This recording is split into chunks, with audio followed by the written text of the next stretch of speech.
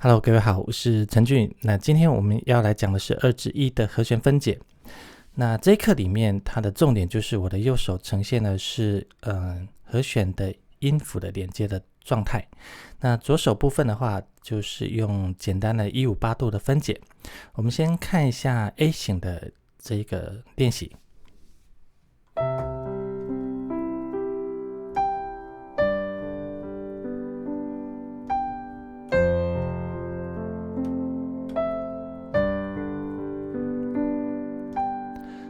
好，那从这个练习你可以感受，就是我们这种伴奏方式跟我们前面的这个和弦方块的一个伴奏会截然不同，它会变得比较抒情。那最主要我们的右手会出现在这个和弦的第一拍以及最后一拍。那么我们在选择音符的时候，我们只要从和弦的这3个音里面挑出其中一个音就可以了。那么在接的时候，你就要考虑到它整个声线的进行的一个流畅度。好，那左手部分的话很简单，你只要从根音开始，然后5度、8度这样往上行。那如果比较低的地方的话，你可能假设说我的根音的起音会到这个地方，那么接下来你的左手可能宽度就要再宽，可能会变这样子的。所以原则上你的左手会紧靠着你的右手。那比方说我现在的右手可能到这个位置来，那我的左手有机会到这个地方来，那么你的这个第一个音跟第二个音的间隔可能就可以再小一点点，例如这样子，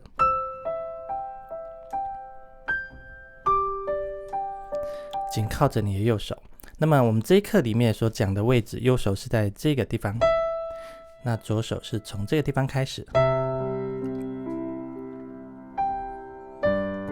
好，我们可以改变你现在所用的这些音符，例如说我这么弹，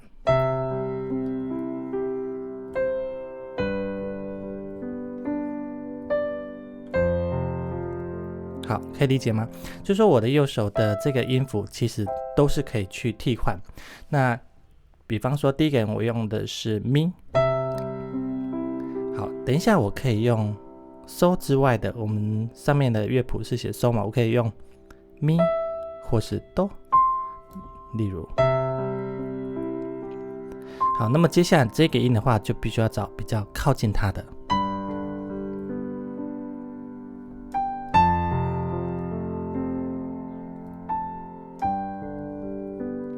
好，你会发现我把音符大部分都换掉了。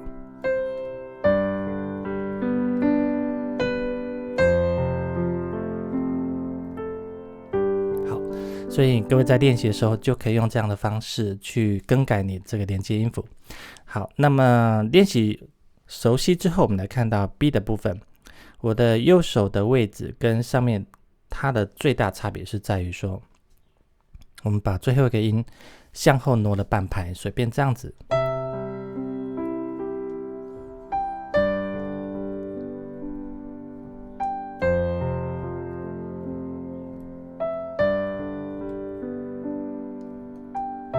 好，所以它的重点就是跟上面是一样，只是我的右手的位置就最后这个音往后退了半拍。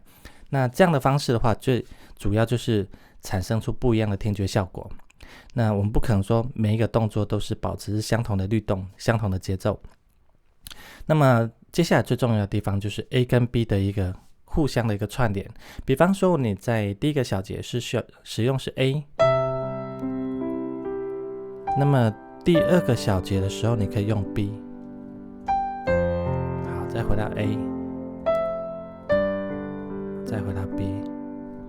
好，我们换个音符。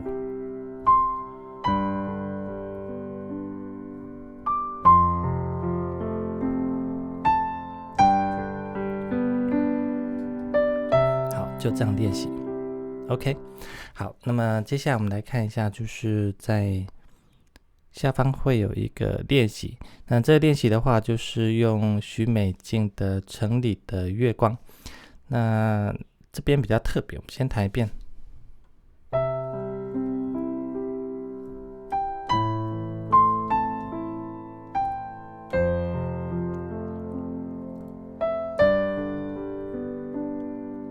这首歌曲我先把主旋律先带过一次，让各位听看看。我右手弹主旋律，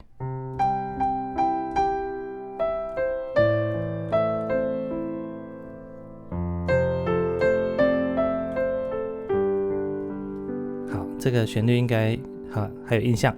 那这个时候我们在帮他做伴奏的时候，你会发现一个比较特别的地方，就是在于第二个小节。我们先从第一个小节过来，第一个是 C 和弦，最后一个挪在后半拍这个地方。那接下来的地方的话，就是你会发现我右手用的音符并不是 A 麦的拉哆咪的其中一个音。你知道为什么会这样子呢？因为我们的主旋律是，各位看一下，我的右手本来应该可以弹 A 麦，对不对？好，那我也可以弹哆。好，这个时候你会发现我也可以弹咪。如果我弹的是拉的话，我这个音符会跟我的左手根是一样的。那么对不对？那如果我右手弹的哆的时候，可是它是一拍的长度那个一个地方的个，因为它唱的是 re， 那么我下的是哆或是咪的话，都会跟它产生比较有一点拉锯的这个作用，所以唱的人可能会唱不出来。因为如果你唱的是 re， 那么我弹的是哆或是咪，你会不太好唱歌。所以这个时候呢，有两个解决方案。第一个就是弹跟它一样的音符，例如就是我最高音改编成主旋律这个音符。另外一个方式就是用它的平行3度或是6度，所谓的3度就是往下的第3个音，就以这个调性往下的3个音，或是6度。好，如果这个地方我用的是下面的3度，就是等于是，那么这个听起来如果跟主旋律一起搭会变这样，这个就是往下3度。所以有时候我们的伴奏必须要看现场情况下去做调配。好，那么接下来再往后走。好，这个地方的话跟刚才我们在 B 的部分的第3小节是一样的。各位会发现我们在上面的地方，我的右手这个咪符并不是我们的主旋律的音符。那对不起，这不是和弦的音符，这个音符是下面这个和弦 G 的上下的邻音，就是它的隔壁音符。例如我可以用咪瑞，也可以到哆瑞这样的方式。那么所以在这个 F 的时候，所以这个咪并不是 F 和弦里面的组成音，它只是后面那个 re 的上下的一个邻音。 OK， 我们把它组合在一起。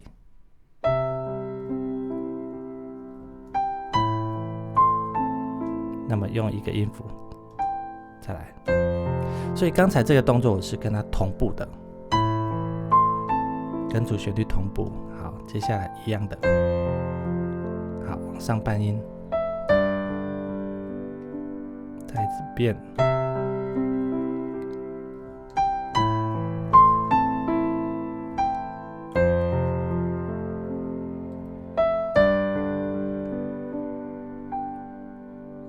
好，那么这个就是2至1和弦分解的一个弹奏方式。